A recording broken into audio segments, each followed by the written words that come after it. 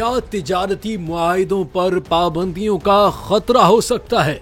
America का ईरानी सदर के दौरा पाकिस्तान पर रद्दअमल आ गया। अमेरिका ने ईरान से तिजारती मुआहिदों पर पाबंदियों के खतरे से आगाह रहने का मशवरा दे दिया। अमेरिकी महकमा खारजा के तर्जुमान मैथ्यू मिलर ने वॉशिंगटन में प्रेस ब्रीफिंग के दौरान कहा कि तिजारती मुआहिदों पर गौर करने वालों को मुमकिना पाबंदियों के खतरे से आगाह रहने का मशवरा देते हैं। अमेरिका पाकिस्तान की सबसे बड़ी बरामदी मंडी और उसके बड़े सरमायाकारों में से एक है। उनका मजीद कहना था कि अमेरिका 20 बरस से पाकिस्तान में एक बड़ा सरमायाकार भी है। पाकिस्तान की इक्तिसादी कामयाबी दोनों मुमालिक के मुफाद में है। हम अपनी शराकत को जारी रखने के मुंतजिर हैं।